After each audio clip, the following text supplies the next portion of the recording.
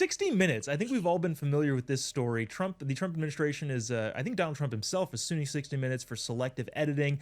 Their main 60 Minutes producer resigned. The head of CBS, at least in that department, also resigned. They're trying to tack towards the middle. I'm going to play you guys a clip from Scott Pelley's, who's one of the prominent hosts of 60 Minutes, a speech that he gave at a university graduation. And I want to ask you after this if you think this is tacking towards the center or just being crazy. Try not to laugh at this because it is kind of funny. Watch this. This moment, this morning, our sacred rule of law is under attack. Journalism is under attack. Universities are under attack. Freedom of speech is under attack. Power can rewrite history with grotesque, false narratives.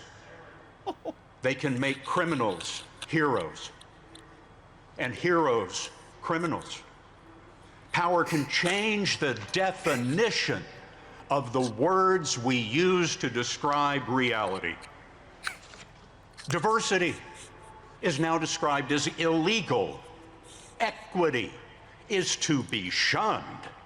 Inclusion is a dirty word. That is, again, a guy, prominent host on the show that is trying to moderate because, you know, there are lawsuits and all that sort of stuff. Tiffany, I think you saw what I saw. What are we doing with our hands? We need all these different gesticulations to try to make a point. It's hilarious. Like, what is that? Is this drama school? Are we teaching a thespian course?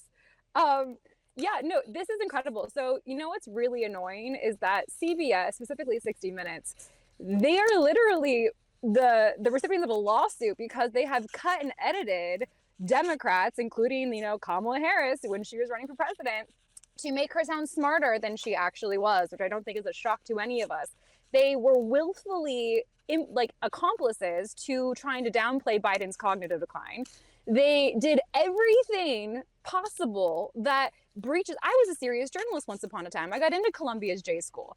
I went to USC Annenberg School. And let me tell you, they breached the basic code of conduct of what it is to be a journalist and to be a member of the press and report the truth. And now that these men are taking, you know, like Tim Walz just did it last week, where he took the podium at the 25 commencement speech and spent, you know, way too long talking about how the ICE agents that have now, they're facing over 400 increase in assaults against them when they're trying to do their job, how they're somehow the Gestapo. And I'm sick of these journalists taking these opportunities when they're supposed to be inspiring America's future and inspiring them to be, you know, working productive citizens and members of this country.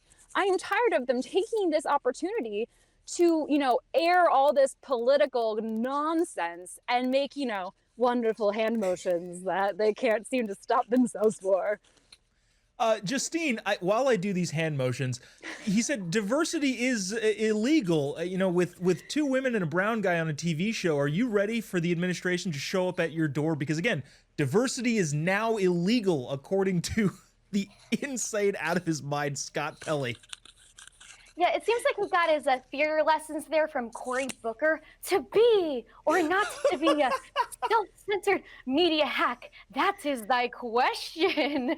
It's just so funny to look at this guy do what we call the Gish Gallop, which is basically a verbal diarrhea of leftist talking points that are so, it's emptiness, pure emptiness behind these talking points. He needs a mirror. That's what he needs, because everything that he accused the right of doing is what the left and what the media covered up for this entire time. He's talking about hailing criminals as heroes. Well, just a couple weeks ago, CBS, his network, blurred out the mugshots of convicted sex gang rapists on the White House lawn.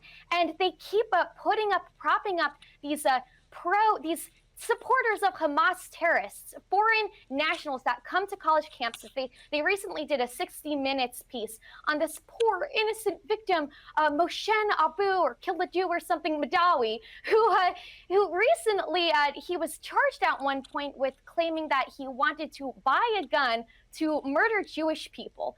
And CBS is hailing this guy and these illegal aliens and convicted rapists as heroes. So what he really needs is to do some self self-reflection. But the left just simply can't do that. Instead, they're going to use all the cliches they can to call us anti-democratic and fascist when they were the ones doing it all along.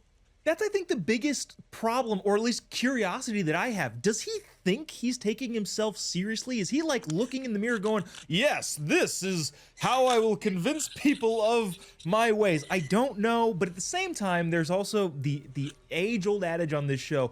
There's a part of me that really, really loves seeing libs do that, because the more they do this, the easier it is for us to win.